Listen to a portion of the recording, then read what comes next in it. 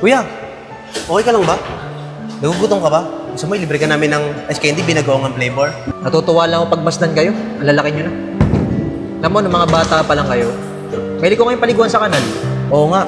At madalas tayo naglalaro sa puno ng sampalok. Kasama ng mga higad na color brown. Uy, siya nga pala. Malapit na ang birthday ni Bunso. Ano bang gusto mo regalo? Kuya, gusto ko sanang mag-alaga ng cases. Uy, sige, tama-tama. Kuya, imbitahan ko na rin ang mga mababangis na bata. Talaga mga kuya? Maraming salamat.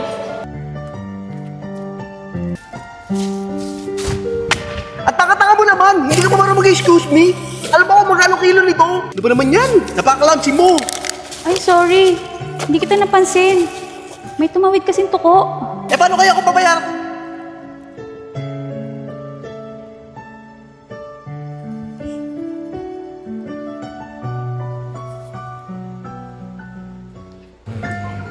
Anong English ng kalapate? Seahorse. Very good. O, anong English ng ampalaya?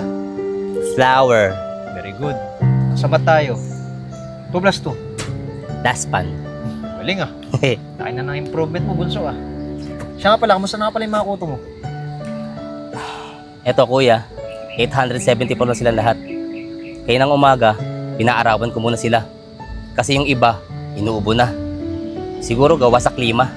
Bunso, yan ang sinasabi ko sa'yo. Dalas-dalasan mo kasi pagpapalibad mo ng saranggola sa tanghaling tapat. Para maging healthy yung mga kutot o yung bad mo. Paano natin mabebenta kay Boss Toyo yan? Huwag ka mag-alala kuya. Mating season naman nila ngayon eh. I'm sure, maraming lisang mapipisa. Mga kapatid, girlfriend ko nga pala si Chimpanzee. Half Korean, half Binosa. Jem, hindi nga rito. Mag-usap nga tayong dalawa.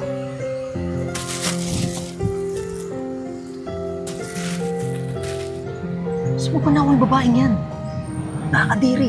Tignan mo ang tungis-tungis niya, no? Nahabol pa siya ng mga langaw. Kuya, mahal ko siya. Nagpimpong na kami kanina. At nagbunga na ito. May sayote na sa sinapupunan niya. GM naman! Ang dami-daming dalagang bukid dyan. Ba't niya pa pinili mo?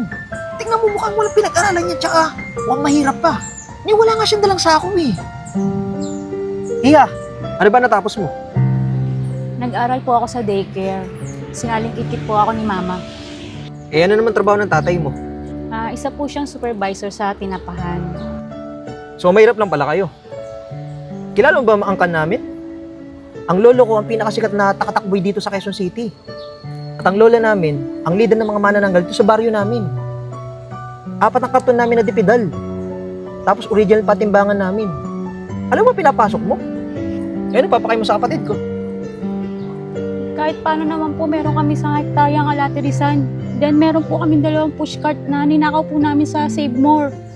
Eh, wala tayong magagawa dyan. Nakabuo na pala kayo ng cabinet eh. Ayan, yan dami yung kalabaw. Kabitan mo ng sidecar. Luluwas tayo ng Maynila. Mamanikan tayo. Alin po dun kuya? Yung may side mirror wala? Yung wala, para matulid. Sige po. Bilisan mo. Kuya, maraming salamat ha.